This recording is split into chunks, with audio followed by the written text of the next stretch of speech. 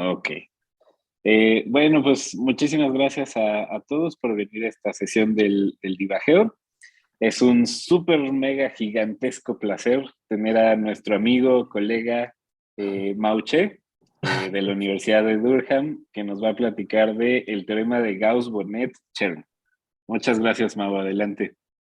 Muchas gracias, Chucho, por la introducción y gracias por la invitación. Para mí, de verdad, también es un mega gusto estar otra vez aquí. O sea, bueno, sí estaba entrando en las charlas y todo, pero hace tiempo que no daba una charla y bueno, sí, es un gusto siempre presentar aquí.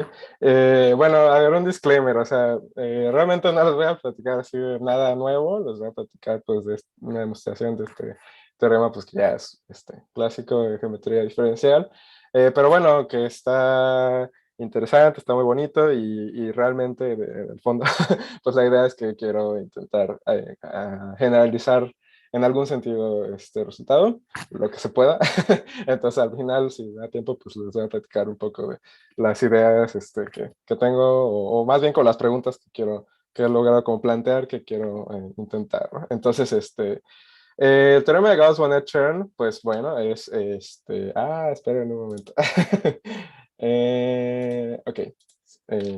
Sí, ya está. El teorema de Gauss-Bonnet-Chern, pues bueno, es una generalización del teorema de Gauss-Bonnet clásico, que ya todos conocemos, queremos, llamamos, eh, que pues nos dice esta relación bien bonita entre la geometría local de una superficie riemanniana, eh, y pues su topología, ¿no? La integral de la curvatura gaussiana, que es pues es algo que depende de la geometría local. Bueno, si tomamos la curvatura total, pues nos va a dar algo que está en términos de la topología, ¿no? Entonces es así, pues, wow. Y entonces es una generalización de esto, es lo que decía, el teorema de Gauss-Bonnet-Chern, que pues es un resultado como en el mismo espíritu, ¿no?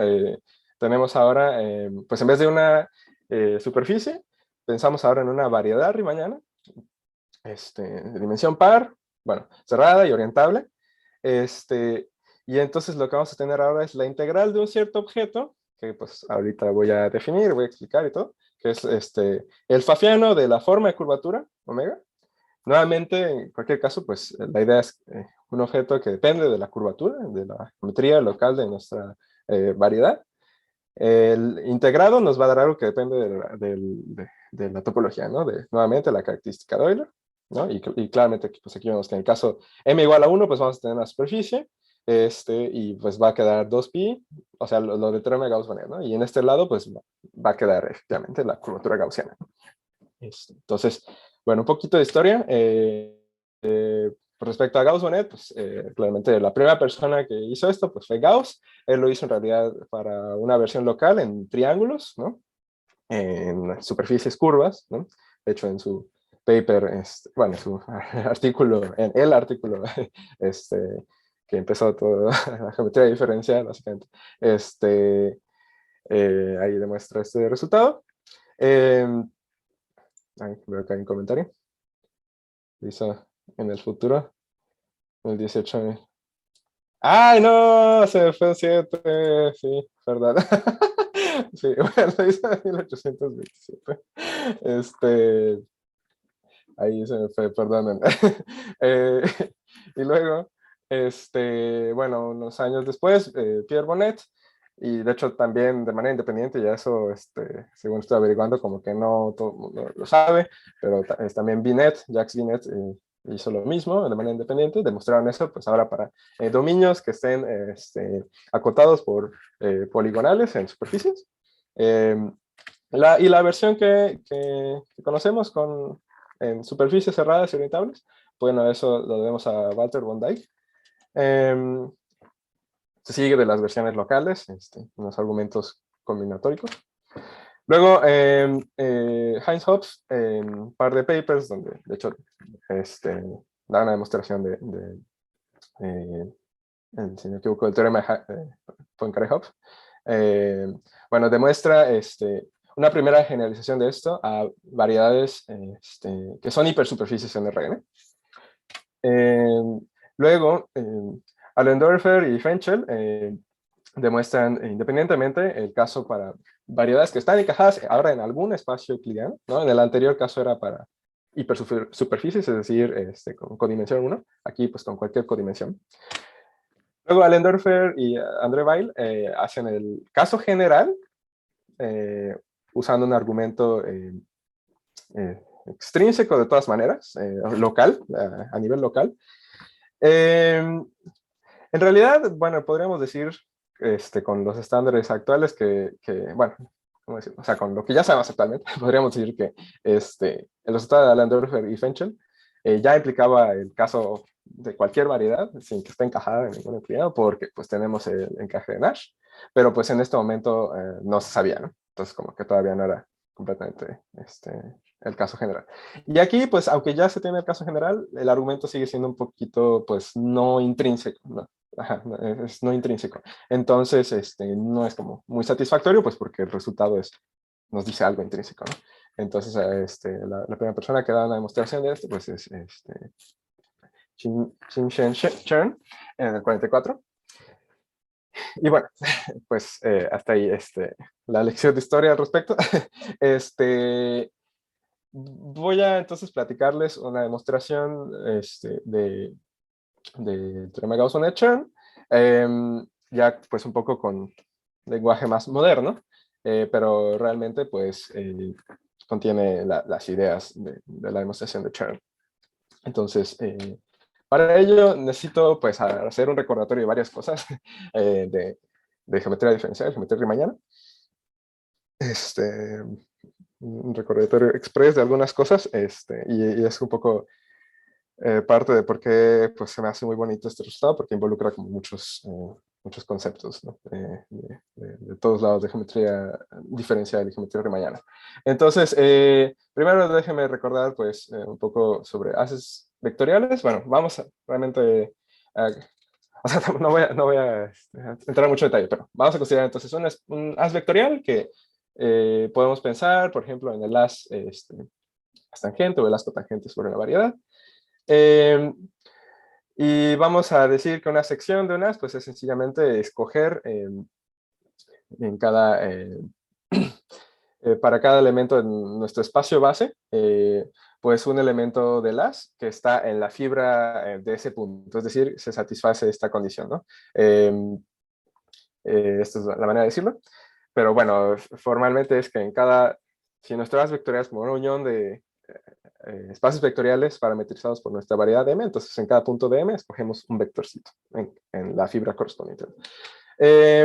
Y pues una métrica riemanniana en un haz vectorial va a ser pues elegir una elección suave o diferenciable de productos internos en cada fibra.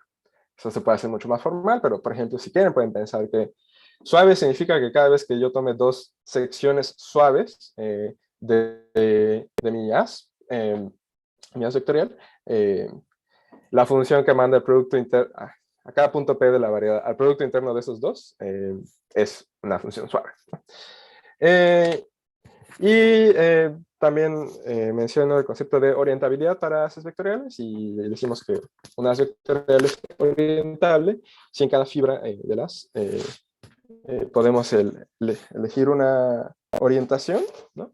Recordemos que pues, estas fibras son espacios vectoriales.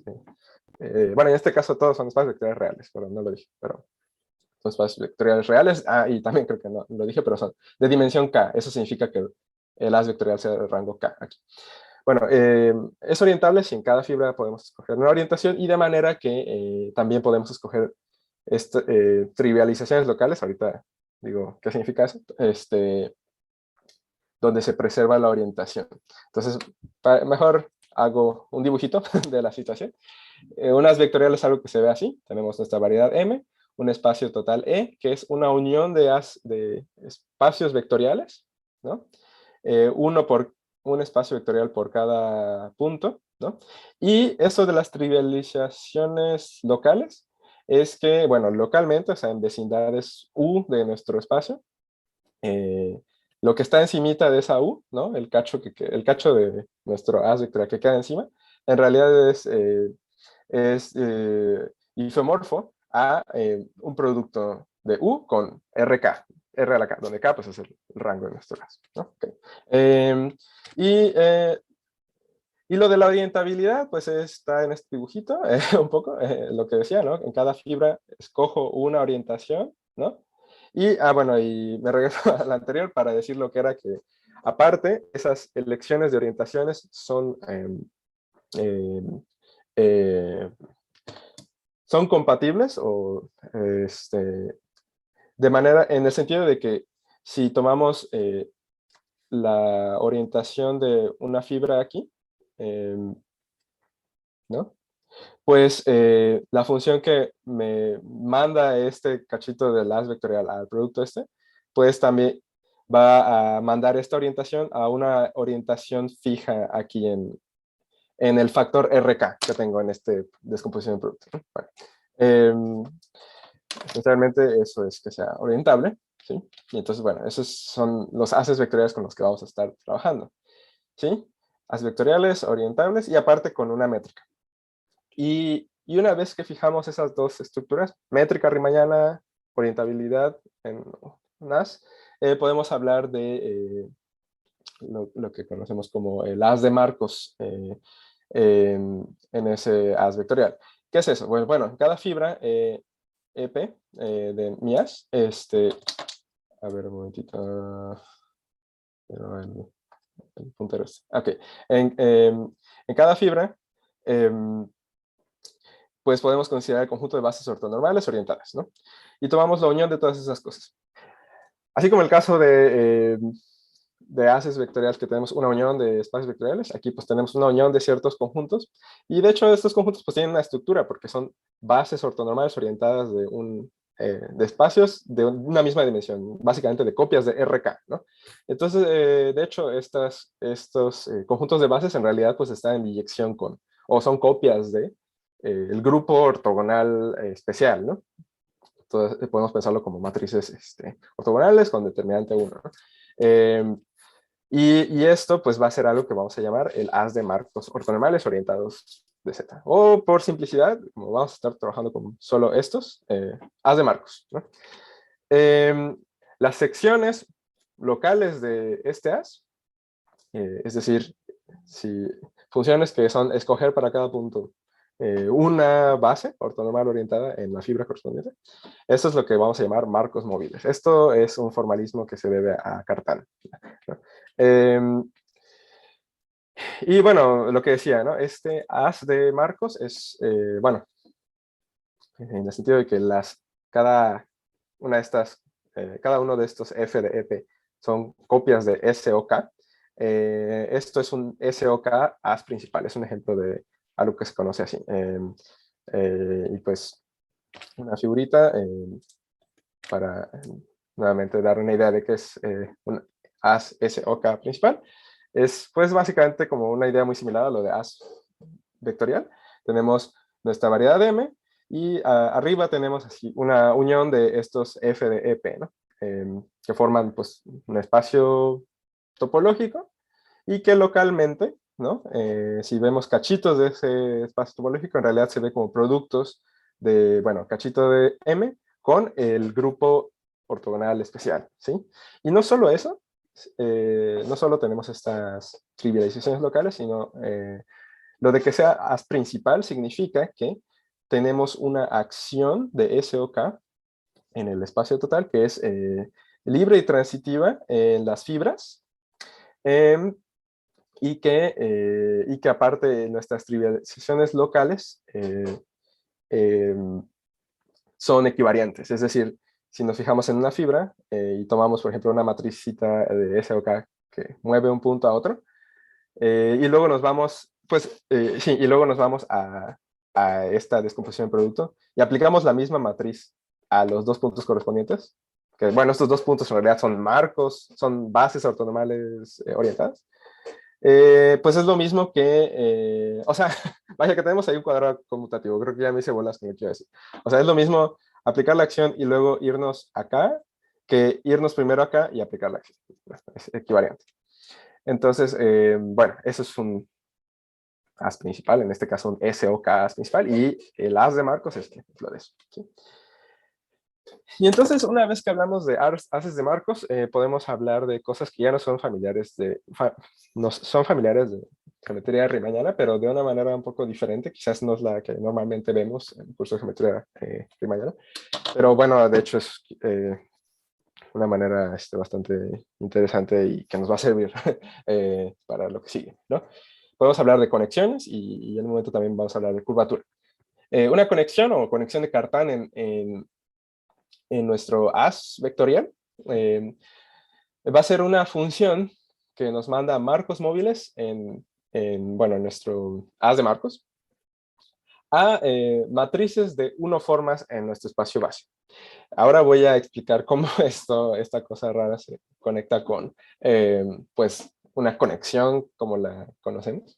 Pero bueno, es eso, así aguántenme un poquito. Va a ser una función de este estilo que aparte se comporta bien, bueno, más o menos bien, con la acción que tenemos de SOK. Es decir, si tenemos dos marcos móviles que están relacionados por un cierto elemento, bueno, sí, están relacionados por una cierta matriz, bueno, una matriz que depende del punto en M, ¿no?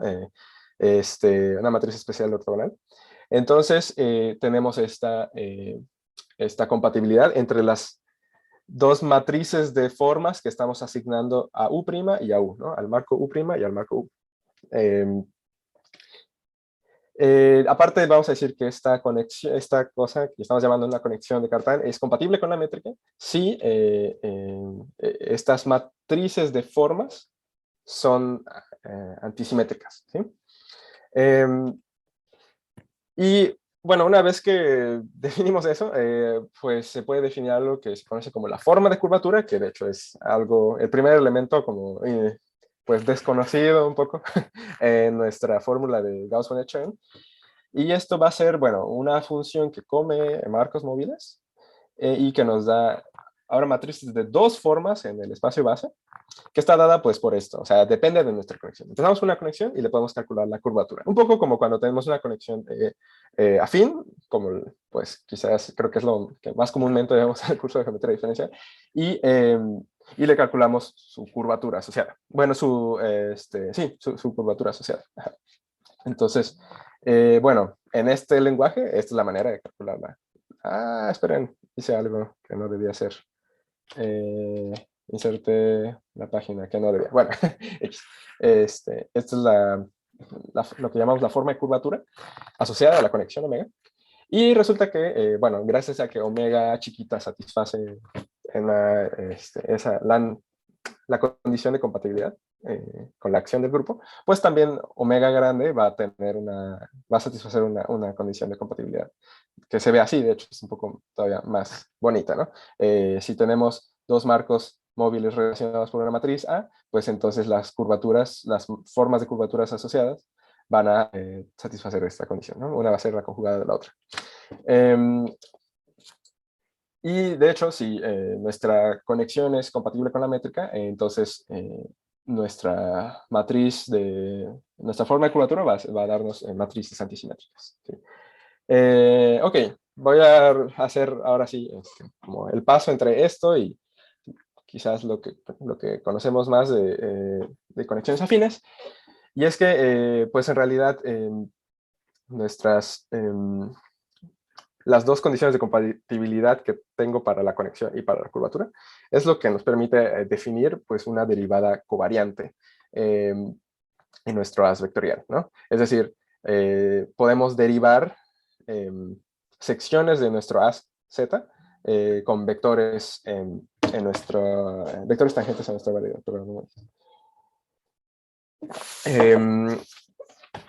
Y también la condición de compatibilidad nos permite hablar del tensor de curvatura de nuestro haz vectorial, ¿sí? De hecho, bueno, dando las definiciones adecuadas, van a satisfacer esta identidad, que es la que tenemos en el caso de la conexión, por ejemplo, la conexión de Levi-Childe, ¿no?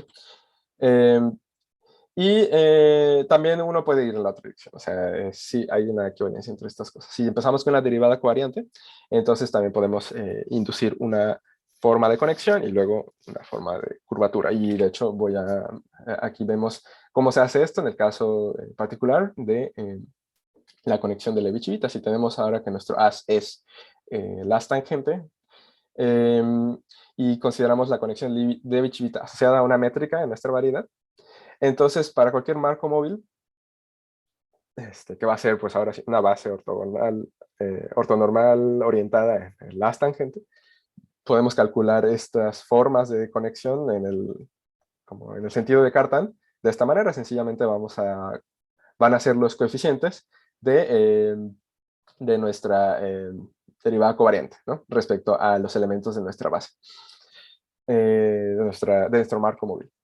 Y también, pues, en términos de nuestro tensor de curvatura, con el que ya estamos familiarizados todos, podemos calcular cuáles son las formas de curvatura omega. ¿Sí? Entonces, bueno, en realidad, nada más es otra manera de decir pues, lo que ya sabemos. ¿Sí? Pero entonces, ahora sí ya tenemos un elemento de nuestra ecuación de Gauss-Bonnet-Chern, que es esta omega, ¿no? Y ahora, pues, ¿qué es el Pfaffiano? Bueno, eso es más un poco de álgebra. El Pfaffiano en realidad es sencillamente un polinomio. Es un polinomio, bueno, una función polinomial que come matrices bueno, de orden par, de tamaño, matrices cuadradas de tamaño par. También se puede definir para las de tamaño impar, pero se va a definir como 0. Para las de tamaño par se define pues de esta manera. Va a ser pues esta constante que depende del tamaño de la matriz por pues este polinomio en las entradas de mi matriz, ¿no? En realidad este polinomio pues tiene algunas propiedades algebraicas interesantes. Por ejemplo, creo que no lo puse en este slide, pero tiene la característica de que es el único polinomio que para matrices antisimétricas es una raíz cuadrada del polinomio determinante, ¿sí? Bueno, salvo signo, es la única raíz cuadrada en el caso de matrices antisimétricas. Y también, bueno, para nuestros fines, esta propiedad es importante, y es que satisface esta ecuación para cualquier matriz antisimétrica A y cualquier matriz B. Si hacemos esta como conjugación y bajamos, pero con la transpuesta, entonces nos sale el Pfaffiano de A por el determinante de B. En particular, si nos tomamos a B como una matriz en SOK, bueno, en SO2N, aquí, pues la transpuesta va a ser la inversa de B y el determinante de B va a ser 1, ¿no? Entonces, lo que nos va a decir esto es que P va a ser invariante bajo la acción adjunta de SO en O gótica 2N. Aquí SO es nuevamente el grupo de matrices ortogonales especial, y O gótica va a ser el álgebra de Lie de matrices antisimétricas. O sea, pues básicamente las que podemos meter, las que estamos metiendo aquí para que nos quede Pfaffiano de conjugación igual al Pfaffiano de A, ¿no? Eso es lo que nos va a quedar en ese caso. Vale, entonces, justo si ahora nos regresamos otra vez a lo que teníamos, ¿no? Una vectorial con una métrica y una conexión, pues vamos a poder evaluar nuestras formas de curvatura, porque pues sabemos que son matrices antisimétricas, ¿sí? Ah, bueno, aquí me faltó... Ah, no, sí, sí lo tengo, que sea compatible con la métrica. La forma de curvatura va a ser entonces también antisimétrica. Podemos evaluarla de esta manera. En vez de tomar los productos de números reales para formar nuestro polinomio, pues nos tomamos los productos como naturales que tenemos para formas, que son los wedge products. Entonces, aquí lo que vamos a tener, pues, como todos estos son dos formas en M, pues esto va a ser una 2n forma en M, ¿no? Entonces, esto nos da una 2n forma, y de hecho está bien definida globalmente justo por la condición de compatibilidad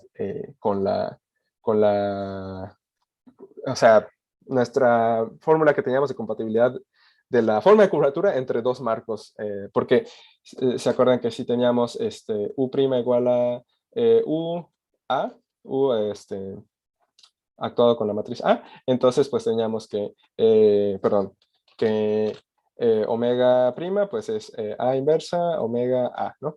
Entonces pues si evaluamos el Pfaffiano de omega prima, pues justo nos va a quedar el fafiano de esta conjugación, pero por lo que dije en la slide anterior, pues es lo mismo que el fafiano de omega, ¿no? Entonces, está bien definido, es independiente del marco que tomamos, y entonces, pues también podemos pegar, digamos, si cubrimos nuestra variedad con dominios que sean dominios de marcos móviles, pues en las intersecciones también se va a poder pegar bien, todo bien, ¿no? Entonces tenemos una forma definida globalmente, y bueno, resulta que esa forma es cerrada, es decir, tomamos la diferencial exterior, eso nos va a dar cero. En particular, pues eso implica que esta forma induce una clase de cohomología de RAM en nuestro espacio base, ¿sí? Y de hecho, bueno, lo que realmente es más interesante, pues es que esta clase de cohomología, perdón, de hecho no depende ni de la conexión con la que empezamos, ni eh, de la, de la métrica que escogimos, ¿no? Entonces, es una clase de cohomología que termina solo dependiendo del as vectorial z, con el que empezamos, ¿no? Entonces, pues como solo depende de z, lo vamos a denotar así, c de z. Y bueno, pues el chiste de esto es que tenemos eh, digamos, ¿cómo se dice? Línea de producción aquí. Tenemos una as vectorial cualquiera, bueno, orientado, de rango 2n. Le ponemos esta estructura extra, así lo disfrazamos, lo maquillamos y todo, y luego le hacemos esta construcción del fafiano, y nos queda algo que solamente dependía de nuestra as vectorial z, ¿no?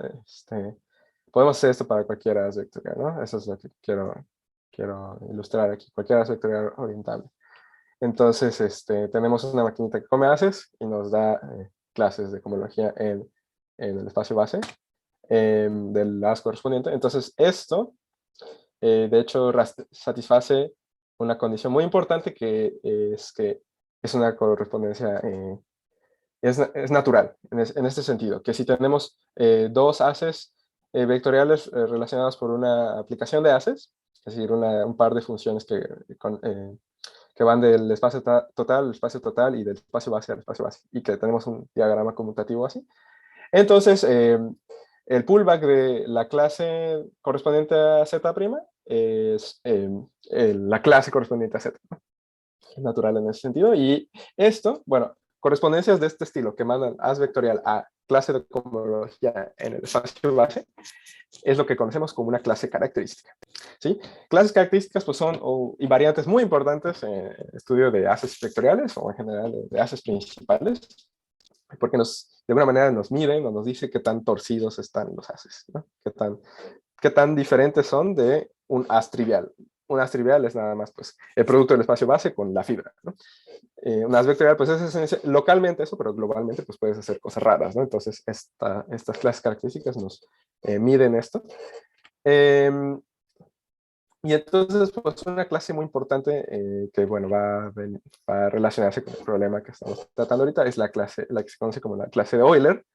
Justo esto nos va a llevar a que aparezca la característica de Euler de la ecuación de Gauss-Bonnet-Chern. Entonces, un breve recordatorio de cómo define uno la clase de Euler es como sigue. Si tenemos un as orientable, otra vez, resulta que nuestras orientaciones en cada fibra pues en realidad las podemos pensar como ciertas clases de cohomología en la fibra, bueno, cohomología con soporte compacto. Y el hecho de que sea orientable la variedad y que podamos pegar todas esas orientaciones implica que podemos, de cierta manera, podemos decirlo así, podemos pegar todas estas clases de cohomología y obtener una clase de cohomología en el espacio total con soporte compacto, que es la que llamamos la clase de Thom. Ok, esa es la clase de Thom, esencialmente. Con la clase de Thom podemos definir la clase de Euler, que es básicamente tomar la clase de Thom y jalarla con una sección de nuestro as vectorial. Esas secciones siempre existen, una sección global siempre existe porque pues, en un as vectorial siempre podemos escoger para cada punto el cero en la fibra, ¿no? Entonces podemos, por ejemplo, tomarnos la sección 0. Entonces, el pullback de la clase Tom nos define una clase de cohomología en M, y eso va a ser lo que definimos como la clase de Euler. Es una clase característica en el sentido que mencioné antes, o sea, es natural. Eh, y, eh, y bueno, pues tiene la propiedad muy importante de que generaliza la característica de Euler. Si tenemos una haz vectorial, bueno, perdón, si nos fijamos en el caso del haz vectorial, el haz tangente de una variedad, pues resulta que si emparejamos la clase de Euler del haz tangente, es sencillamente la clase correspondiente a la orientación, que es una clase fundamental en la cohomología de M, multiplicada por la característica de Euler, ¿sí? Eh, entonces, bueno, esto se puede demostrar usando justo el teorema de Poincaré-Hopf. Bueno, de hecho es una cosa importante ahí, pero bueno, es una generalización de la característica de Euler en ese sentido, ¿sí? Y bueno, regresando ahora a la clase que mencionamos antes, que construimos con el Pfaffiano, pues todo el chiste de la demostración de Gauss-Bonnet-Chern es tratar de relacionar esta clase con la clase de Euler, ¿sí? Y como lo hacemos, pues vemos propiedades que tiene nuestra clase característica C. La primera propiedad, y bueno, realmente es la que nos va a dar todo, es que en realidad se comporta bien con sumas de Whitney, es decir, hay una manera natural de que si tenemos dos haces vectoriales, pues que los sumemos, ¿sí? Esencialmente en cada fibra hacemos la suma directa de las fibras, o sea, en cada punto hacemos la suma directa de las dos fibras y así. Pues esta clase característica tiene esta propiedad. Si tomamos la clase de una suma, nos queda un cierto múltiplo que va a depender de los rangos únicamente por el producto copa de estas dos eh, clases características asociadas a nuestras haces. El producto copa, pues nada más, es ahí, bueno, una noción de producto que tenemos en nuestro anillo de cohomología. En particular, en el caso en el que alguno de estos dos rangos es impar, bueno, de hecho, en realidad esta constante va a ser 0, nos va a dar que la clase asociada es la clase 0, y eso es algo muy bueno porque, pues de hecho nos dice que esta clase tiene una propiedad que la clase de Euler satisface, que es que si tenemos una sección global de nuestro haz z, pues la clase asociada va a ser 0. Y eso es sencillo de ver una vez que tenemos esta proposición, porque, digamos, si tenemos una sección global de perdón, de Z, digamos que nuestra sección global es S, así que va de M a E. Entonces, podemos considerarnos un as Z1, ¿no? Que va a ser como, digamos, algo así como el generado por esta sección. Es decir, tenemos un vectorcito y nos tomamos como la recta generada por ese vectorcito en cada punto, ¿no? Entonces esto es un haz de rango 1, ¿no? O sea, las dimensiones de las fibras son líneas, entonces dimensión igual a 1.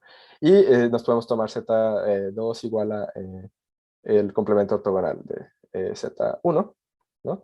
Y entonces, pues, este resultado de aquí, como uno de nuestros dos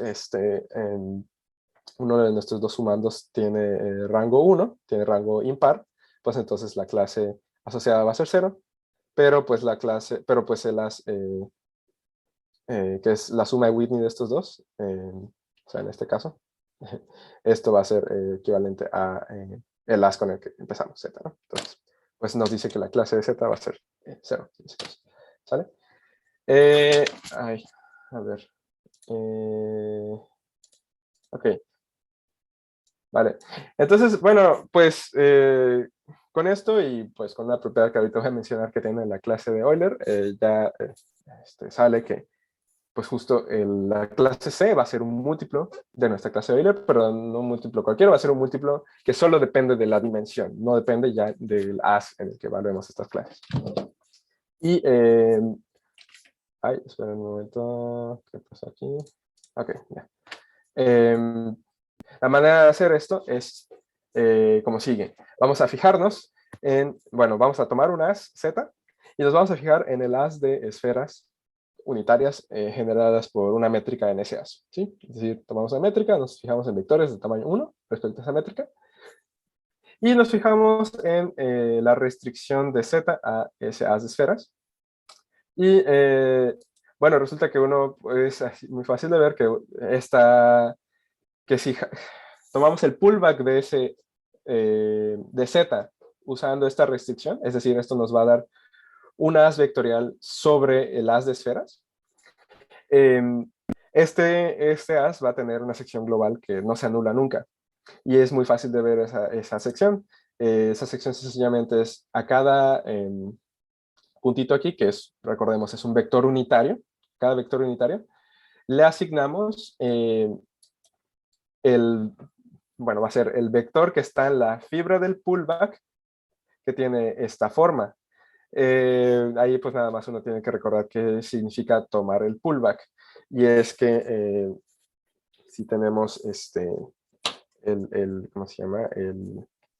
Si tenemos una función que va en este caso, digamos, de S a M, perdón, de S a M, pues en cada punto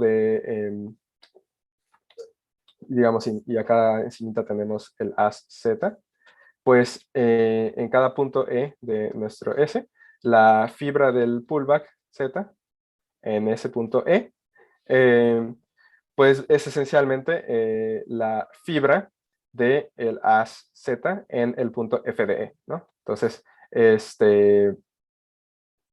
bueno, que no es otra cosa que en este caso va a ser la imagen inversa de sigma 0 de E, ¿no? Porque, bueno, en este caso nuestra F es nada más la restricción, era la sigma 0, ¿no? Entonces, bueno, estas son las fibras del pullback, y entonces, pues, tiene sentido que tomarnos esto, ¿no? Porque E justo es un vector que está en la fibra de E. O sea, perdón, está en la fibra de la proyección de E, ¿no? Por definición de fibra, porque es la imagen inversa. Entonces, pues esta pareja E, está en la fibra del pullback, ¿no? Y no es el vector cero, justo porque pues E es un vector unitario, ¿no? Entonces, tenemos esta sección global que no se anula, y entonces, pues eso nos dice que si tomamos el pullback de la clase de Z, pues por la naturalidad, eso nos da la clase del pullback de Z, y pues porque este tiene sección global no cero, pues esa clase va a ser cero por el corolario anterior. Y entonces, resulta que esta propiedad, si tenemos un as definido ¿cómo se llama? En nuestra, ¿cómo se llama? En nuestra variedad. Y tomamos esta restricción a las de esferas y lo jalamos, tomamos el pullback con esa restricción y nos da cero. Bueno, esos haces vectoriales solo sucede si, solo si, ¿cómo se llama? Perdón, no haces vectoriales, me confundí. La clase de cohomología NM satisface eso si, solo si es un múltiplo de la clase de Euler del as correspondiente, ¿sí? O sea, la clase de Euler del as correspondiente tiene esa propiedad. Bueno, va a ser un múltiplo que en principio depende de nuestro as, ¿sí? Pero ahorita vamos a ver que de hecho no depende de eso. Bueno, y en particular, pues esta caracterización nos dice que la clase de Z va a ser un múltiplo de la clase de Euler con una constante que depende del as, ¿sí?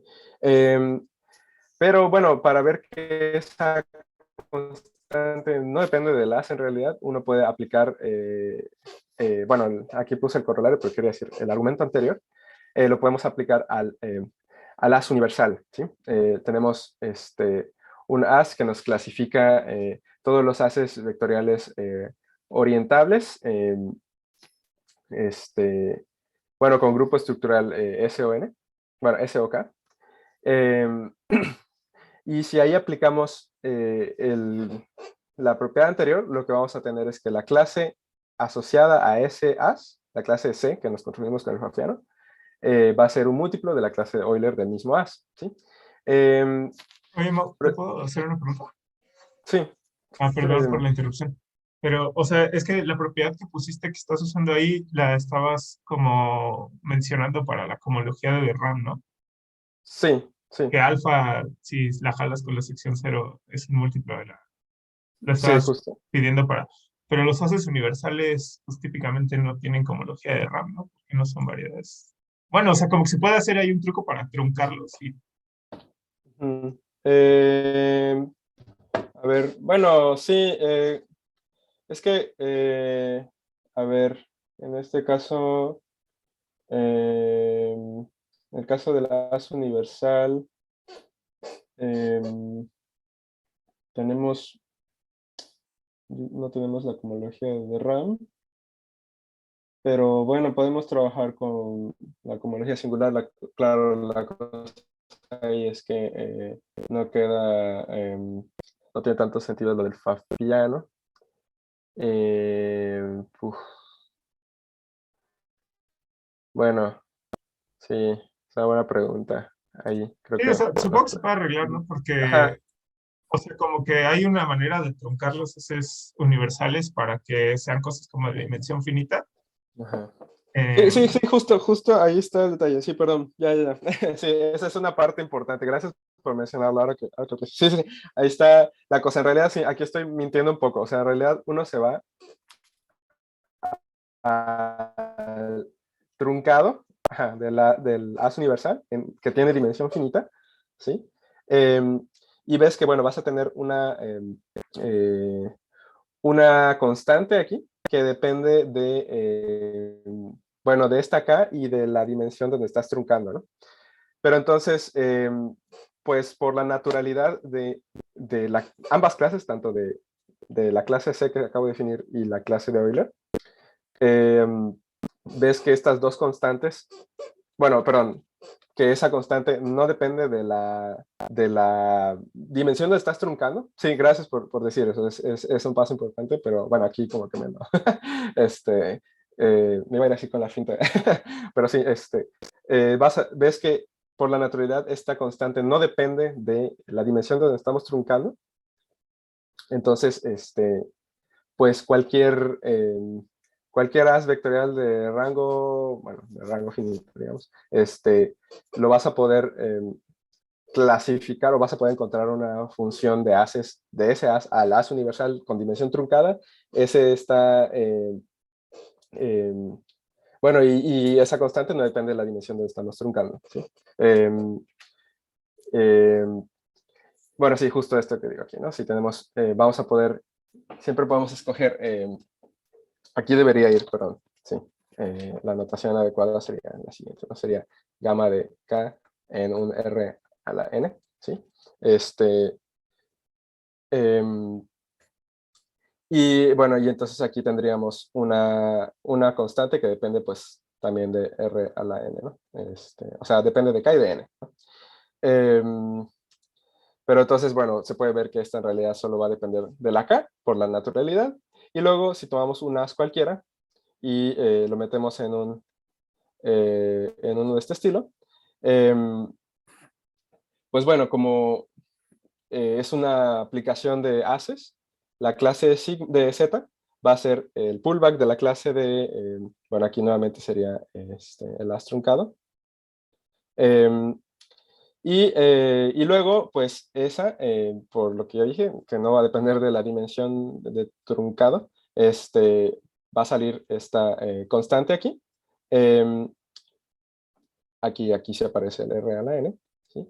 Y bueno, el pullback de esta clase de Euler, nuevamente, pues como F es un morfismo de ases y la clase de Euler es característica, pues es lo mismo que la clase de Euler del as Z. Y esta constante, pues, ya depende de la N, depende de la K, pero, pero entonces, ¿qué tenemos aquí? Tenemos la clase de un as cualquiera, igual a la clase de Euler de ese mismo as, por una constante que solo está dependiendo de esta dimensión, del rango del as, ¿sí? Sí, gracias por ese comentario, Raúl. Sí, eso es algo importante. Aquí estaba como dándole un poco la vuelta a eso, pero sí es algo que hay que tomar en cuenta. Y entonces,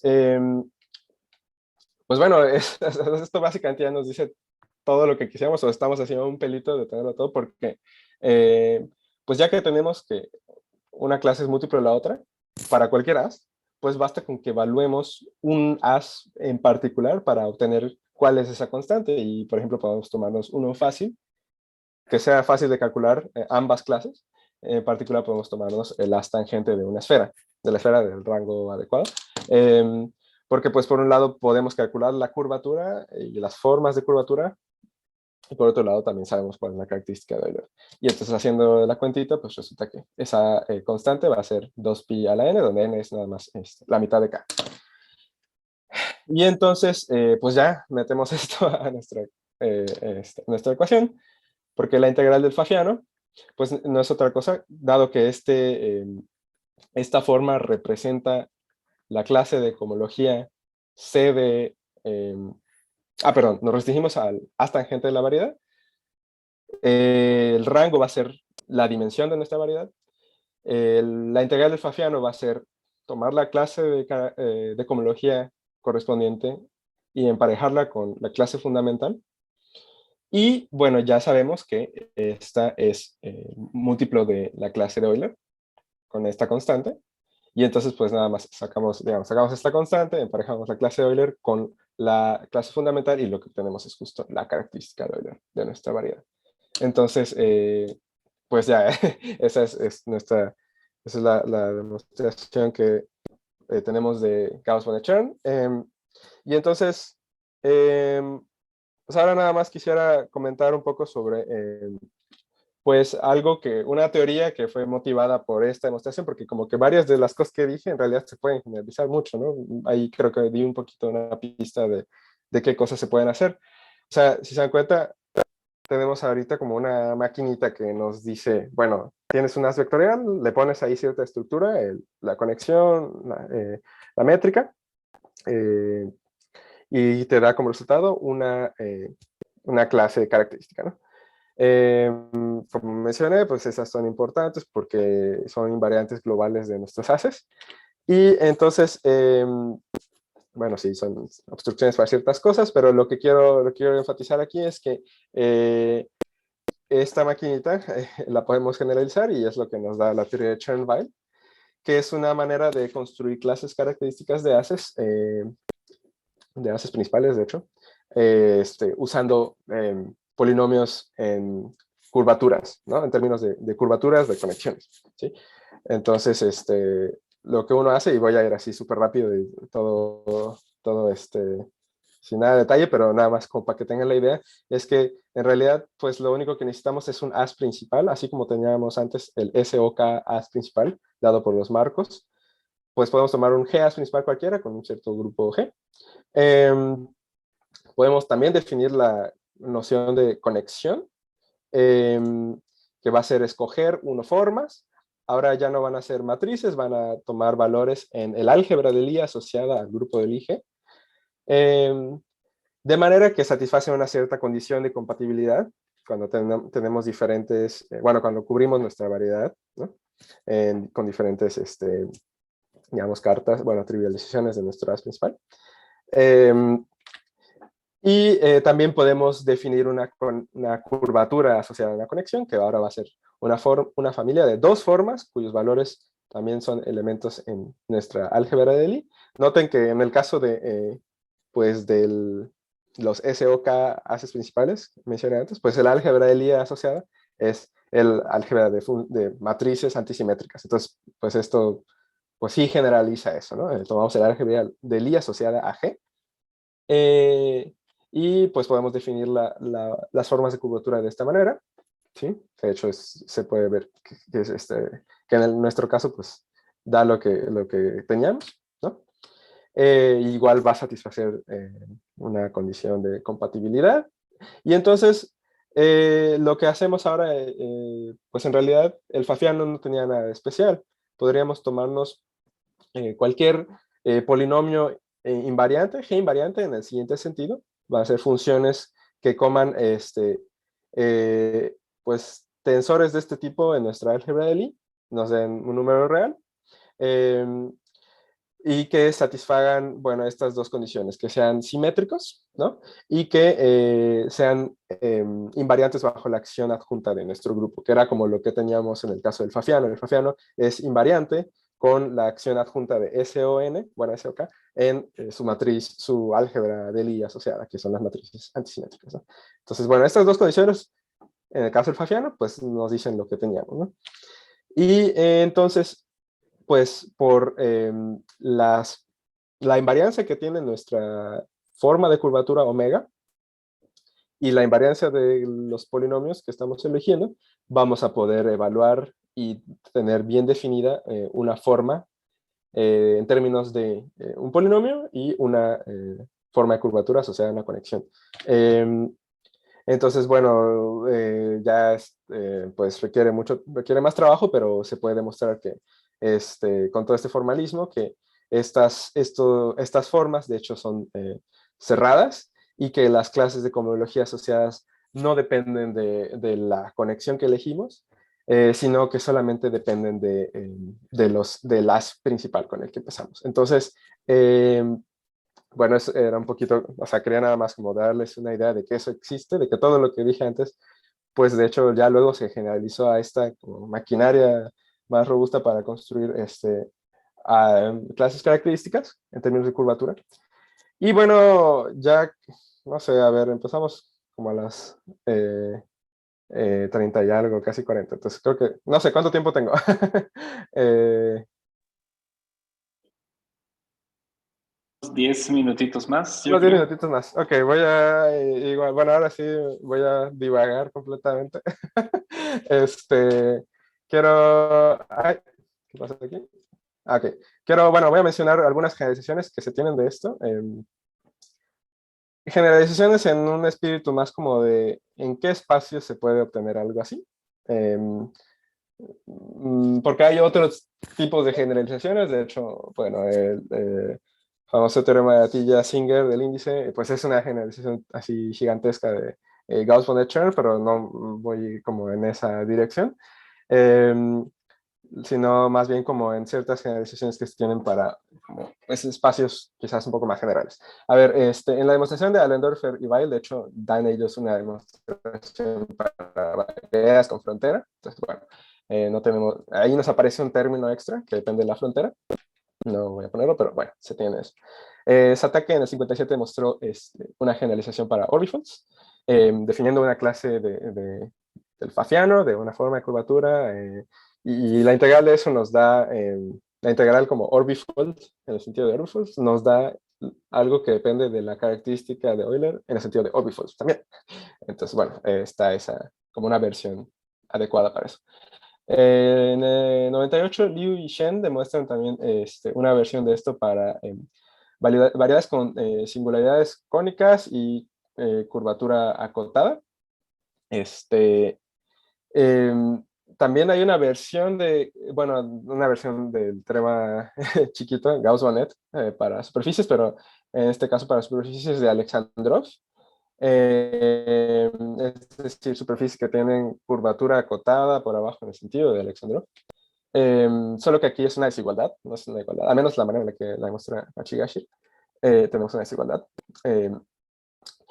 Macmillan también tiene una demostración para unas cosas que se llaman cone manifolds, que, bueno, básicamente son variedades que localmente son isométricas a conos sobre, bueno, otras variedades que son cone manifolds. Entonces, bueno, es un poco como que la geometría está más, yo creo, un poco más rígida. Bueno, hace poco vi que está este paper de Busao y Nguyen de 2017, donde muestran también la versión de Gauss-Bonnet Chern para 4 variedades que tienen cierto tipo de singularidades aisladas y cierto número de fines conformemente planos. Bueno, hay algunas generalizaciones, muchos sentidos en realidad, en muchas direcciones, pero digamos el espíritu de lo que quiero como decir aquí es que para espacios que tal vez no son una variedad suave, donde hay ciertas singularidades, hay algunas cosillas hechas, y pues lo que me gustaría ahora platicarles un poco, son como algunas pues preguntas que,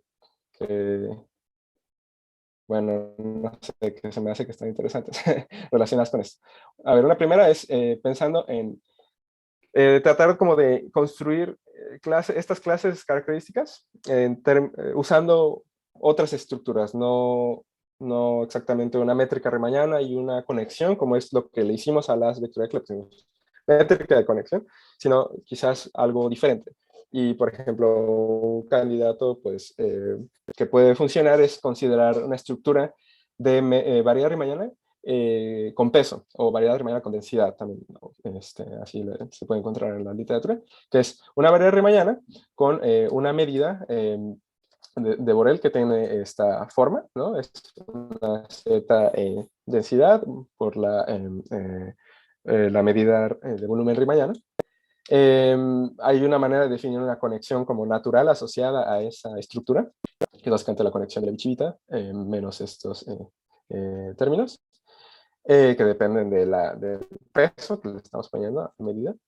Lo único malo, bueno, no sé, algo que tiene esto es que, o sea, va a tener las mismas geodésicas, a menos, salvo reparametrización, que la conexión de Levi-Civita es algo que le dicen, o sea, estas dos son proyectivas una respecto a la otra, en el sentido que tienen las mismas geodésicas, pero esta conexión no es compatible con la métrica necesariamente. Entonces, bueno, pues no podemos aplicar muchos de los argumentos o de la parte algebraica del argumento que di antes. Entonces, bueno, ahí una pregunta sería, ¿es posible dar una estructura de as principal que no sea necesariamente un SOK as principal? De manera que esta conexión induzca una conexión de Cartan en el sentido que dije antes y que pueda como replicarse el argumento que les di para construir quizás no la clase de Euler o múltiplo de esa, pero sí alguna clase característica en el sentido de que sea natural. No sé, bueno, ese es es un caso que he estado pensando un poco, pero bueno, realmente no tengo aún idea de qué onda con eso. Es una manera en la que podría hacerse. Ahora, otra idea, y ahí parece que sí funciona, es considerar ahora variedades riemannianas con curvatura acotada en el sentido de Nikolaev. Bueno, que esto es algo que me parece que en algún momento Andrés ha platicado anteriormente al respecto en el seminario. Básicamente son espacios métricos que tienen curvatura acotada por arriba y por abajo en el sentido de comparación de triángulos y bueno, que tienen una propiedad de extendibilidad de geodésicas. Resulta que estos tienen una estructura riemanniana de baja regularidad, pero uno puede aproximar estas estructuras riemannianas con métricas C infinito y que también tienen curvatura acotada. Entonces, bueno, ahí platicando, echando el rollito con Andrés, se nos hace que esto puede, que se puede obtener una versión de Gauss-Bonnet-Chern, dado que estas, pues, la convergencia, tenemos una convergencia de métricas a una métrica que no es necesariamente suave, pero convergen, y todas estas tienen curvatura acotada, y uno puede definir un tensor de curvatura en el límite y también pues en las de la sucesión. Este tensor es como débil, pero los tensores de la sucesión convergen al tensor del límite y entonces y ahí parece que por un argumento como de convergencia dominada, dado que todas estas tienen curvatura acotada, las integrales de todas estas deben converger a la integral de la forma de curvatura que tú puedes definir en el límite. Y pues todos los elementos de la sucesión tienen característica, bueno, dan como resultado la característica de Euler o múltiplo de eso. Entonces, pues eso pasa en el límite, ¿no? Ese argumento con límites de variedades y de tensores de curvatura, pues la pregunta que se me ocurre es ver si eso se puede extender un poco más, un poquito, o quizás un muchito, a espacios de Alexandrov, que ya no tienen cota de curvatura por arriba, pero sí por abajo, y que son suavizables, es decir, que se pueden aproximar con variedades. Resulta que por un paper de Petrunin y Lebedeva de este año, creo que en abril, bueno, no, en febrero, y más bien es un preprint en el archivo. Pero bueno, demuestran que estos espacios de Alexandrov que se pueden aproximar con variedades admiten un tensor de curvatura débil, pero que de hecho los tensores de la sucesión convergen al tensor de límite. Pero bueno, no sé, ahí como que no, el argumento no lo tengo tan claro porque pues las curvaturas de los elementos de la asociación no están acotadas por arriba, entonces no sé, bueno, ahí está todavía esa pregunta abierta, digamos.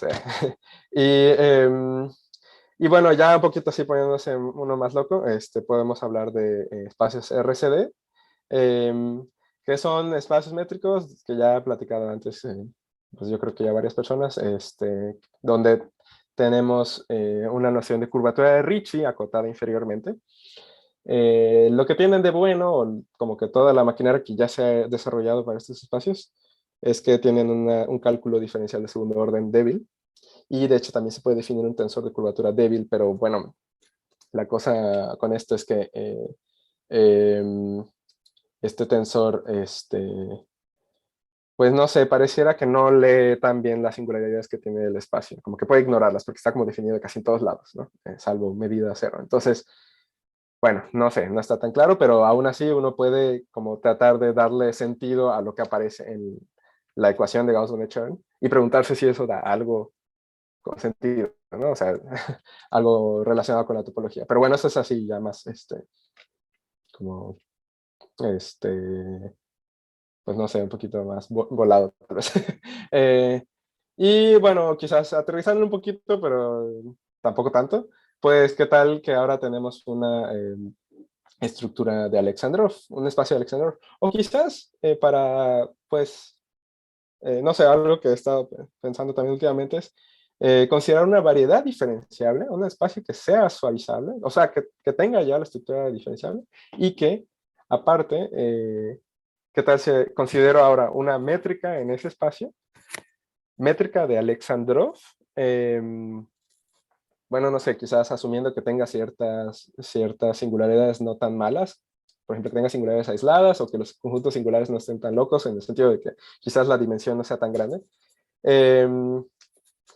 Pero bueno, o sea, si el espacio es variedad, pues por un lado podemos calcular la característica de Euler en términos de clase de Thom y clase de Euler y tal, pero por otro lado, en la integral del Pfaffiano, pues eso, ver si eso se le puede dar algún sentido, ¿no? Usando una métrica de Alexandrov. Ahí podría entrar de nuevo lo de Petrunin y Lebedeva, pero bueno, esta pregunta más bien la estoy planteando como en general. Tal vez el espacio no es necesariamente lo podamos aproximar Gromov-Hausdorff con variedades rimañanas, pero que el espacio subyacente sea una variedad, ¿no? En principio no me queda claro si una clase está, si ambas clases de espacio son iguales, ¿no? Entonces, ahí, bueno, está esa pregunta abierta. Entonces, cualquier sugerencia, comentario, o cosa que sepan relacionada con esto y que me puedan decir, es completamente bienvenida y muy agradecida. Y bueno, pues ya, aquí es creo un momento para terminar. Aquí puse nada más las referencias de donde pueden leer muy bien la demostración que di de Gauss-Bonnet-Chern. Me falta poner las referencias pues, de los papers que mencioné ahorita con las generalizaciones. Y bueno, sobre espacios RCD y tal, pero bueno, las voy a agregar y si quieren luego les puedo mandar las slides. Y bueno, gracias por su atención.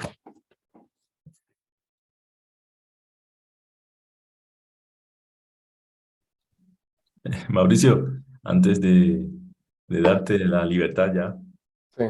¿puedes ir como unas 20 diapositivas atrás? Uy, chao. Es en la parte de que te estabas hablando de... Ay, por ahí, por ahí, por ahí. Sí, justo por ahí. Estás Ok, hablando de grupos generales ahora. ok, ajá, Es ok. que... A ver.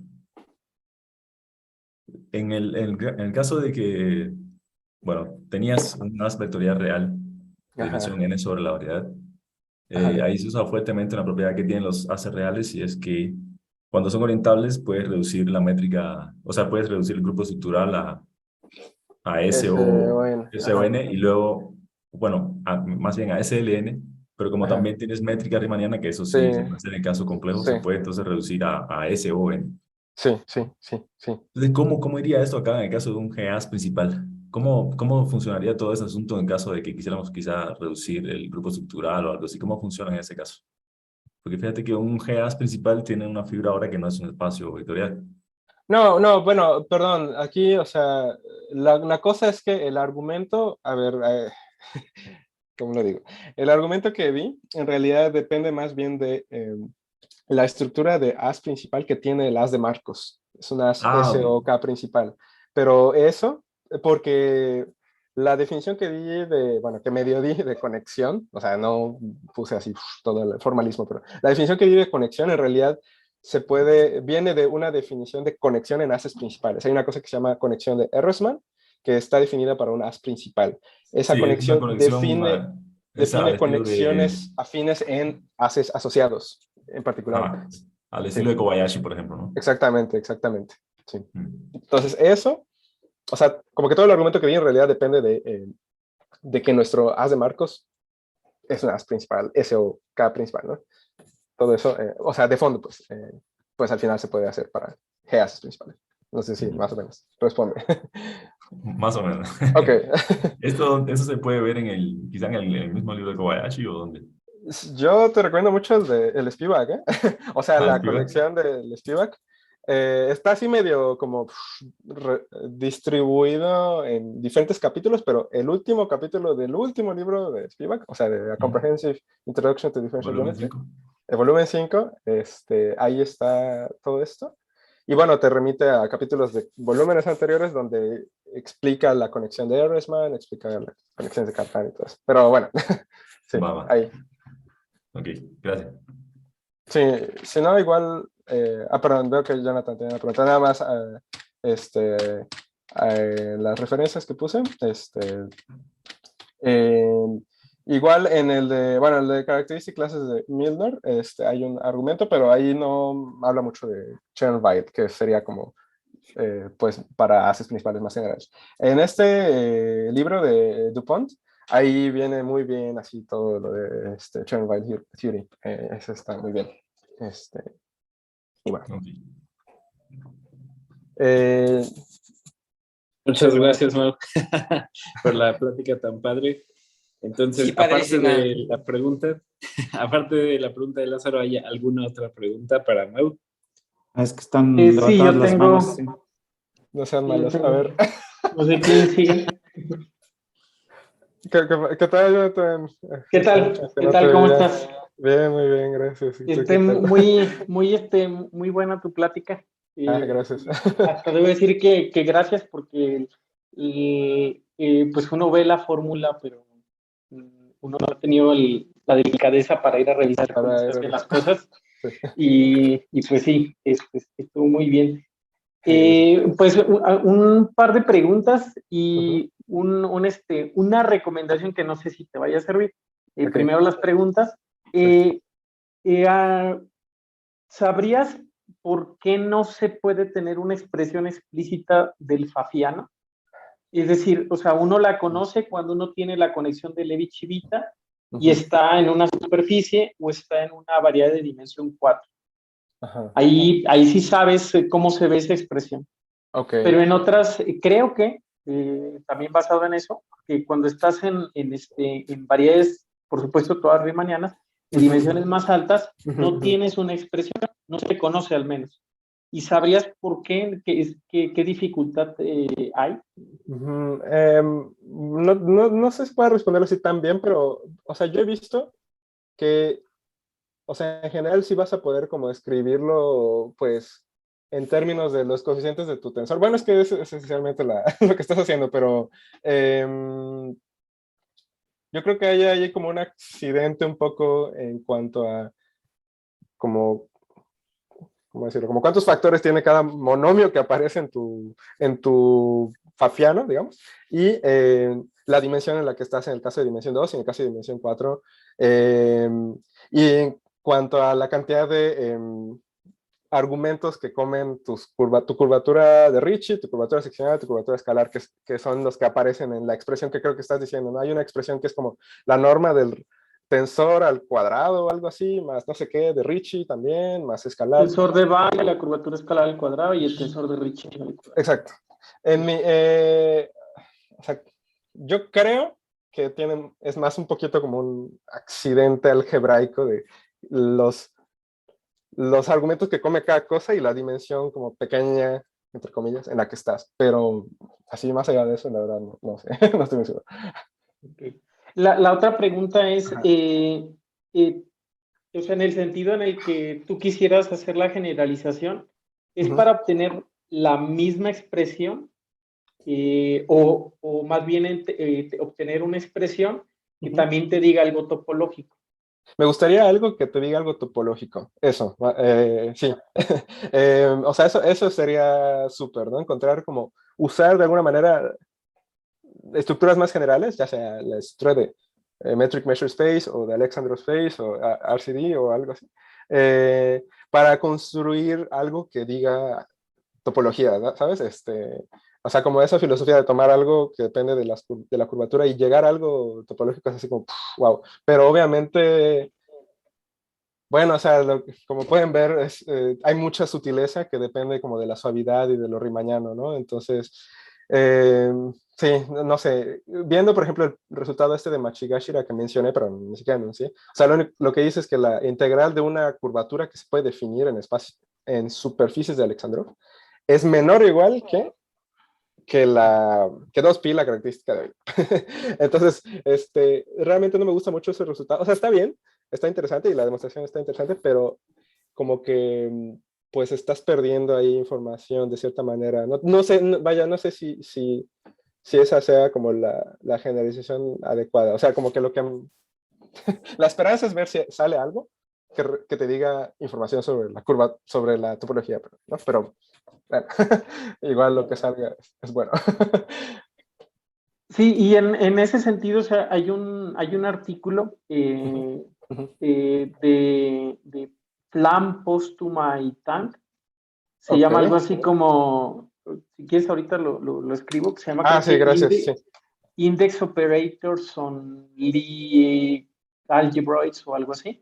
Ajá. O sea, lo que hacen es que en un algebroide de Lie construyen las clases características que se requieren para obtener, aunque creo, en eso no estoy seguro, creo que es para obtener la versión de artilla Singer en ese contexto. Okay. La cosa ahí que es un poquito diferente es que lo que utilizan es no la cohomología de DRAM, sino la cohomología del algebroide. Okay. Y al utilizar eso, pues estás incluso pues detectando cosas más raras que puede tener la variedad. Porque, por ejemplo, en el caso de una estructura de Poisson, que es un caso particular de tener, digamos, sobre una variedad un algebroide, esa puede tener singularidades y se espera algo que no se conoce de manera muy clara, que es siempre la cohomología asociada a la estructura te diga cómo se portan esas singularidades. Ok, eso ese pudiera a lo mejor servir. Sí, sí. Lo pongo por ahí en él. Sí, gracias. Sí, suena justo como la meta idea que tengo. Sí, o sea, como tratar de usar como otra estructura, alguna estructura extra, pero que al final te dé algo sobre la topología, ¿no? Gracias, sí. Bueno, pues gracias. No, a ti. Hola. Siguiente pregunta.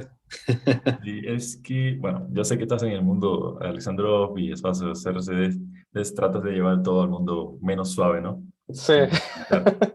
Pero me pregunto si, en caso, bueno, trabajaste partiste de un as real, ¿cierto? Sí. Entonces, ¿qué tal si estuviéramos hablando quizá no de algo tan ya no suave, sino de una variedad de Keller, por ejemplo?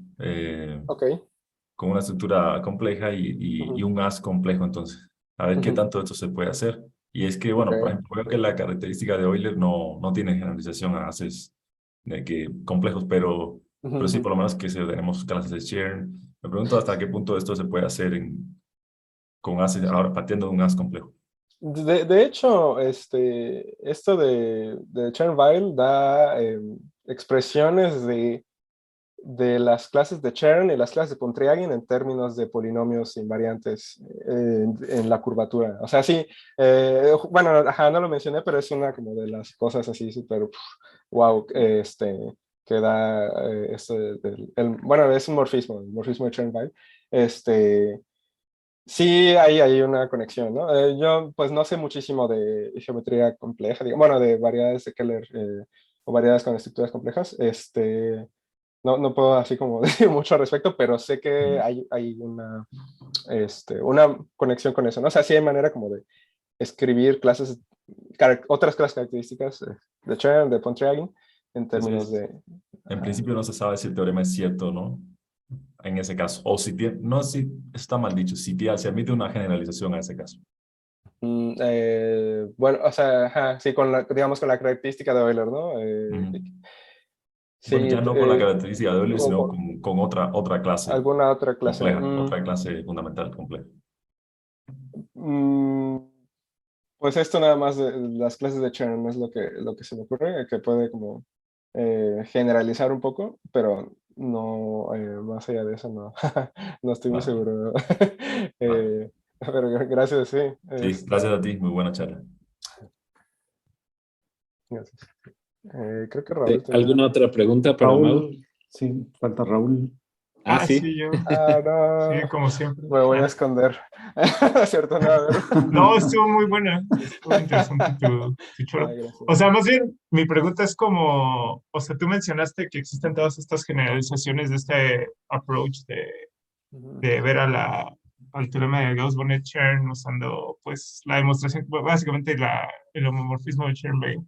Ujú, Pero ujú. justo ahí como que tú mencionaste así como, sí, se pueden definir como análogos de la curvatura para estos espacios que ya no son suaves, pero realmente el mensaje de la construcción de Chern-Weil es que es no tanto que puedas definir la curvatura, sino cómo se comporta el objeto respecto a la acción adjunta del grupo de las principales. O sea, como que lo que te pide la construcción de Chern-Weil es dame un objeto que sea invariante bajo la acción adjunta y yo Ujú, te ujú. produzco una clase característica, ¿no? Ujú, Entonces la ujú, pregunta es, ujú, pues estas como curvaturas generalizadas, ujú, ¿en qué ujú. sentido o qué propiedades de transformación tienen bajo, o sea, cómo se puede precisar eso o realmente eso es parte de lo que estás buscando? Sí, a ver, sí, gracias, sí, no, sí, gracias, buena pregunta. A ver, para la primera, a ver, ya ves que me voy a ir otra vez a las slides, a ver, las tengo aquí, ok, ya ves que puse ahí como diferentes ideas, ¿no? Creo que la primera slide, perdón, esta aquí, sobre la estructura de Metric Measure Space. Creo que o sea, esa justo va en esa dirección, que aquí sí tenemos, a ver, todo es suave, hay una conexión, entonces aquí creo que sí tiene mucho sentido tratar de ver como qué tipo de invarianza puede uno obtener en una conexión de este estilo, pero claro, ahí tendría uno que ver si a ver, esta es una conexión afín definida en la tangente de la variedad, ¿no? O sea, aquí como que lo interesante sería ver si esto en realidad es como un caso particular de una conexión inducida por una conexión en una as principal, ¿no? Que ya no sea, bueno, ya no va a ser un as S o N principal, sino eh, bueno, quién sabe, ¿no? Ahí está el punto, o sea, como ver cuál sería el grupo estructural que haría que esto provenga de una conexión principal en ese as. ¿Sí me explico con eso? Sí, sí, O sea, sí. o sea, pero sí, o sea, como de fondo ver si aún con esta como estructura extra, que es la medida, todavía puedo recuperar algo topológico, ¿no? Porque sí, o sea, el chiste de Gaussian de Chern no es que puedas como de definir la curvatura como tal, sino pues que eso viene de una conexión y esa conexión, pues tiene ciertas propiedades de invarianza. Entonces, en este caso, pues bueno, como que la pregunta es más o menos, creo que yo que es un poco más clara, es más clara, ¿no? Tratar de ver si esta conexión tiene alguna propiedad de invarianza. Las siguientes preguntas son más, quizás un poco más ambiguas, pero lo que yo ahí quiero decir en el caso de espacios de Alexandrov o en el caso de espacios RCD es ver si usando ahora ya no estructura de medida, sino una estructura de espacio métrico que tiene ciertas restricciones, puedes aún así construirte algo así, cocinarte algo que te dé un invariante topológico, ¿no? Sí, es que... Sí, perdón. No, dale, dale. Solo iba a decir que en los casos de, bueno, a ver, en espacios RCD o sea, sí hay una manera de definir una derivada covariante para ciertos campos vectoriales débiles, también es una derivada covariante débil, pero pues justo como está todo definido casi en todos lados, no es así para nada claro. ¿Cómo podrías decir algo de eso relacionado con la curvatura? En el caso de espacios de Alexandrov, toda esa maquinaria, pues se puede restringir a funciones que sí están definidas en un dominio más grande, donde quizás hay singularidades, pero ahí puedes controlar como la dimensión de esas singularidades. Entonces, bueno, un poco. Entonces, pero tus objetos ya no están, ¿cómo decirlo? O sea, sí están definidos casi en todos lados, pero ese casi todos lados es en términos de la medida de Hausdorff, ¿no? Mientras que en un RCD tienes una medida ahí bien, bueno, o sea, tiene ciertas cualidades, pero es mucho más general. En el caso de espacio de Alexandrov es tu métrica, medida de Hausdorff, y pues salvo conjuntos de medida de Hausdorff cero, que puedes pensar como ciertas, no sé, como subespacios de dimensión menor, puedes construirte campos vectoriales, formas diferenciales más o menos razonables. De hecho, fuera de un conjunto pequeño, tu espacio de Alexandrov es como una variedad riemanniana con cierta regularidad. Entonces, sí puedes hablar de algunas cosas como campos vectoriales o espacios tangentes, más como en el espíritu de geometría riemanniana, pero sigues teniendo el problema de que pues, no lo tienes en todos lados, y aparte también tienes el problema de que a veces no tienes todas las derivadas que quisieras. Entonces, por eso en la última slide, a ver si creo que sí lo escribí así. No lo puse de esa manera. Sí, o sea, todo mal. Pero lo que quise poner ahí era que, o sea, tal vez un contexto adecuado es tomar una variedad donde tengas una métrica de espacio métrico y ver si esa te induce a algo así como lo que te daban las métricas riemannianas, ¿sabes? Pero ya te quitas un poco de encima que hay, bueno, o sea, tienes que tu variedad, o sea, tu espacio es una variedad, entonces, y es suave, digamos, y puedes triangularla y puedes calcular la característica de Euler bien y bonito, pero, digamos, el lado métrico puede que ahí falle un poco, pero aún así tal vez sí te dé algo de información sobre el espacio subyacente. No sé, o sea, creo que estoy ya divagando literalmente mucho. No, pero está bien. O sea, yo creo que más bien yo empezaría con una sucesión de espacio de variedades con haces Ajá, principales que ajá, ajá. converjan a algo no suave Ok, y ver si el límite de eso que converge no suave tiene una noción de conexión. O sea, porque también una ok. conexión la puedes pensar como una distribución Ujú. perpendicular a las fibras del haz, ¿no? Que Ajá, es sí, sí, invariante sí, sí. bajo la acción del... Entonces, pues ahí tienes como una familia de espacios, lo avientas al límite y ves si eso te da algo. Porque, de nuevo, o sea, mi tema Sí, es sí, que sí. pues tú puedes definir una curvatura sintética, ok, chido, pero eso se transforma bien respecto a, o sea, existe siquiera una noción de que ahí hay un grupo actuando y Sí, esa cosa sintética, ese es el problema, o sea, no tanto de que sí, puedas decir, sí hay campos vectores, sí, eso está bien, pero justo el sí, mensaje de Chern-Weil es, dame un objeto que se transforme bien y yo te hago una clase característica, no solo la clase de Euler, sino la sí, completa. sí, sí, sí, no, sí, todas, ¿no? Sí, oye, ese es un muy buen punto, muy buena muy buena idea, Sí, recomendación. sí, Sí, yo empezaría con esa familia y justo ah, caracterizarla, ¿no? O sea, como que sí, pues, haces variedades suaves con sus haces ah, de marcos, si tú quieres, aunque ah, puede ser un as principal cualquiera, y ver ajá, cómo esos datos se transforman en el límite y ver si en el límite puedes hablar de algo así como un as principal suave en el sentido de Alexandrov o lo que sea, pero en el sentido de que pues, sí tengas como conexiones, ¿no? O sea, sí, distribuciones horizontales. sí, sí, sí, no, sí, eso suena muy bien, es una muy buena sugerencia, y muchas gracias, sí, sí, sí, justo porque entonces como que, bueno, al menos, o sea, puedes tratar de trabajar con la sucesión sí, sí, sí, eso, va. Gracias por la sugerencia, no había Sí, pensado de en algo nada. de ese estilo, sí. Eh,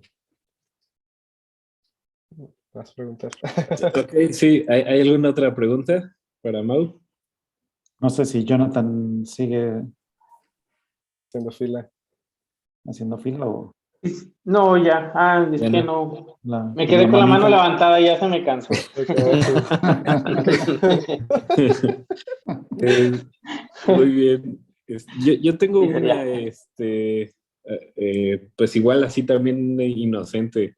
Ok, Este, por ejemplo, lo de Machigashira, o sea, si mal no recuerdo, como que lo que hace es que define una medida, ¿no? sí, sí, Que sí. es así como el exceso de los triangulitos entre el área, una cosa así. Sí, sí, justo.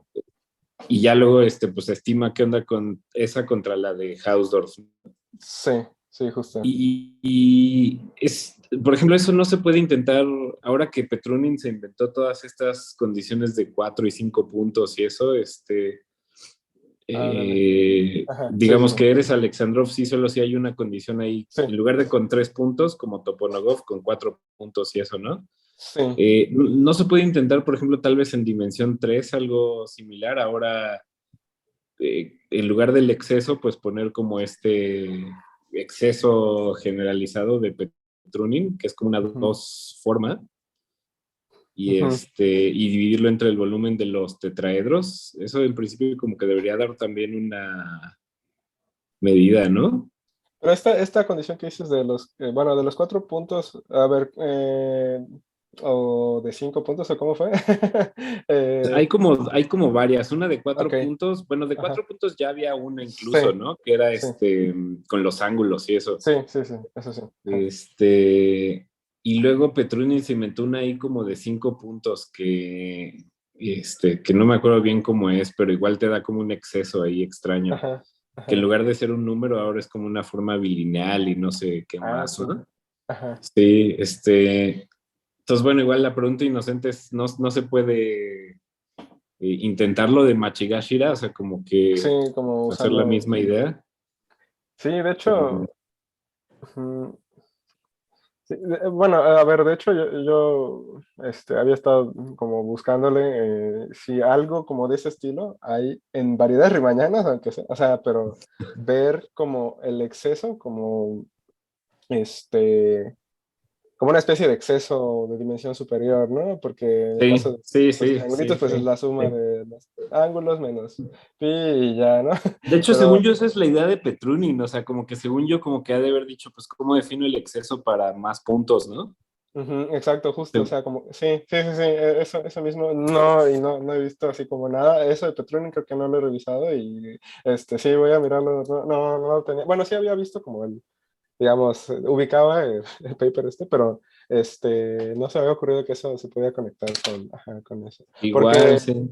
sí, sí, porque, ajá, como que tenía la idea de que, a ver, tienes el Fafiano pero bueno, es absolutamente continuo respecto a la medida de volumen riemanniano, o sea, tiene ahí una densidad justo. Esa densidad, ver Ujú. si es como una especie de límite en cada punto de un exceso de dimensión superior, lo Sí, que se significa entre el volumen, ¿no? sí. O Pero, la otra es como, ya ves, como estás todo este rollo de las desintegraciones, ok, como en lugar de desintegrar en conjuntos unidimensionales, si se pudiera desintegrar en conjuntos dos dimensionales, que ya no ajá, suena tan loco porque por ejemplo, los RCDs de dimensión 2 y esos son Alex, y los Alex ajá, de dimensión 2 son variedades topológicas al menos. ajá, ajá, Si se pudiera hacer eso, pues entonces como que ya puedes usarlo al menos lo de Machigashira Ujú. o cualquier cosa de dimensión Dimensión 2 2. Ujú, y luego ujú, tratar de integrarlo, ¿no? ujú, ujú, ujú. Sí, Sí, sí, algo sí, sí. así. Sí, sí. ¿Has visto algo de ese estilo de desintegración en No, conjuntos? es algo que medio estaba pensando. Sí. Ahí luego a ver si platicamos. Sí, de hecho, otra cosa, a ver, o sea, hay como una pieza ahí en la demostración que está súper escondida, pues que es justo cómo se conecta la clase de Euler con la característica de Euler, o sea, cómo ves que Ujú. realmente cuando emparejas la clase de Euler con la clase fundamental sí te da la característica de Euler y ahí aparece, bueno, una manera de hacerlo, es con Mm, el teorema de Poincaré-Hopf, el ujú. índice. Em, y bueno, sí, a ver, o sea, es que para Poincaré-Hopf se usa, si mal no estoy, se usa fuertemente el teorema de Stokes en alguna parte y Sí, no sé si hay sí. algo de ese estilo en Pero en Alexandrov. Alexandrov sí, Ajá, en Alexandrov sí, el teorema de Stokes. sí, en Alexandrov sí, yo creo que sí hay, no sé las condiciones, pero en Alexandrov Ujú, sí, sí debe de haber, sí. Pero O sea, Milnor tiene una débil, prueba, obviamente, ¿no? perdón, Milnor tiene una prueba que no usa el teorema de que no, Stokes. o sea, sí, sí, sí, en la de que usas bueno, lo ves como la clase de la diagonal, o sea, te fijas en la diagonal de M dentro de M cruz M, ¿no? Y ves como usas la dualidad de Poincaré o algo así. Tú dices para ver que la clase de Euler da la característica de Euler, ¿no? ¿Eso decías, No, Blas? o sea, pensé que estaba refiriéndote puramente al teorema de Poincaré-Hopf, Ah, perdón, perdón, perdón. Mm. Sí. que es lo que Eh, usa es unas ciertas funciones de Morse ahí y una ok, descomposición celular, la variedad. ok, ok. Mira. No, pero en Alexandrov sí debe de haber Stokes, o sea, porque tienes formas débiles y todo el rollo, ¿no? Ujú, ujú. Este, sí, ahí yo creo que sí debe de haber. Esta de Milner que dices, Lázaro, ¿sabes dónde está? Es en el Sí, o clásico sea, bueno, clásico. está en mi tesina, Ok, va, pero bueno, no, Y hay una no plática fue. del ahí divajeo, era, cierto, cierto. por No, sí, cierto. ya me acordé. Sí, Pura no, promoción perdón. aquí, ¿no, hombre? No, pero honestamente lo saqué del libro de Milnor, nada más, de teoría de Morse. Ya. Ah, claro, claro, pues sí. Claro. Sí, Y del pequeño, del de sí, Topology del from the sí. Differential Viewpoints. Ujú, ujú. Gracias, sí, sí, gracias. Pues, interesantísimo, el tema. Muchas gracias, Mau. Bueno, ahí les contaré si sale algo. Sí, Eh, seguro sí, seguro sí. Muy bien. Pues Ali, vale. Pues si no hay más preguntas, pues otra vez muchas gracias, Mau.